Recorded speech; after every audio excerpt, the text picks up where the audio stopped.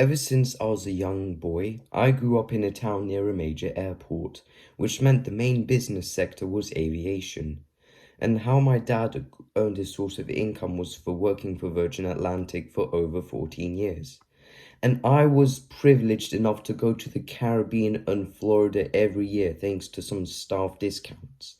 And if you're wondering how was I able to travel so much and how I'm still able to travel to this day, now I'm going to be telling you what it's like to travel on standby, so stay tuned. Before we get into this video, I'm going to be pointing out the differences between traveling on a regular ticket and on a standby ticket. I'm also going to be pointing out the pros and cons of it. Difference number one, we're going to be talking about booking the flight in the first place. Now, when you're on a normal full pay ticket, you usually pay for the ticket like months in advance unless it's an emergency to get the best deals. However, when it comes to staff travel, we usually book the ticket on the same day or maybe the night before. And let me tell you why. It's because you're not always guaranteed to get on the flight when you're on staff travel. That's how they treat you when you don't pay the full ticket. And of course, it's because it's not always a guarantee to get on the flight. We need to make sure what the loads are. I mean, for example, if it's like a relatively empty flight, then we'd usually book it like maybe a week in advance. But if it's a full flight, then we'd probably book it until we get to the airport. The difference number two, we're going to be talking about pricing. I'm sure everyone knows that flying is not cheap. I mean, even just to get to Spain or wherever, it's going to be like £100. Or if it's a once-in-a-lifetime trip to Florida, for example, you pay a few thousand and you'll end up in a tight economy seat. However, this is where the beauty of staff travel comes in. I could travel anywhere I'd like if it's Japan, Florida, Los Angeles, Africa, anywhere you could think of. You would only pay £100 in tax. And if you're lucky enough, you can even fly upper class or business class.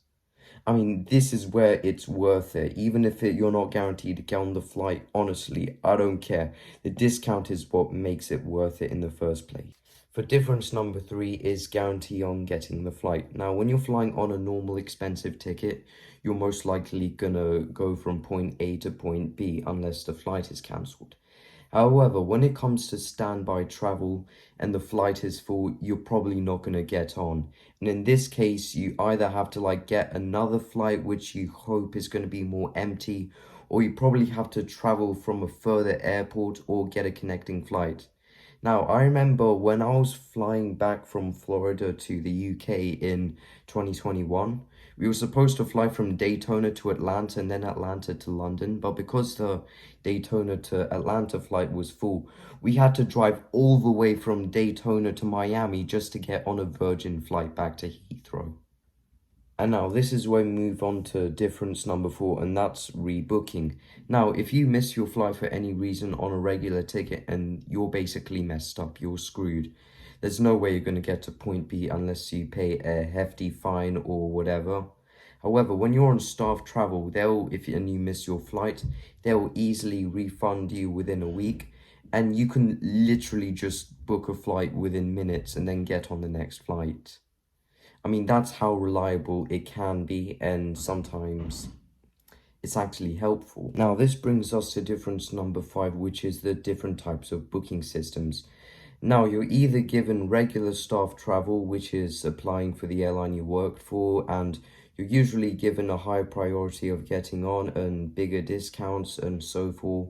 This sometimes applies for partner airlines as well.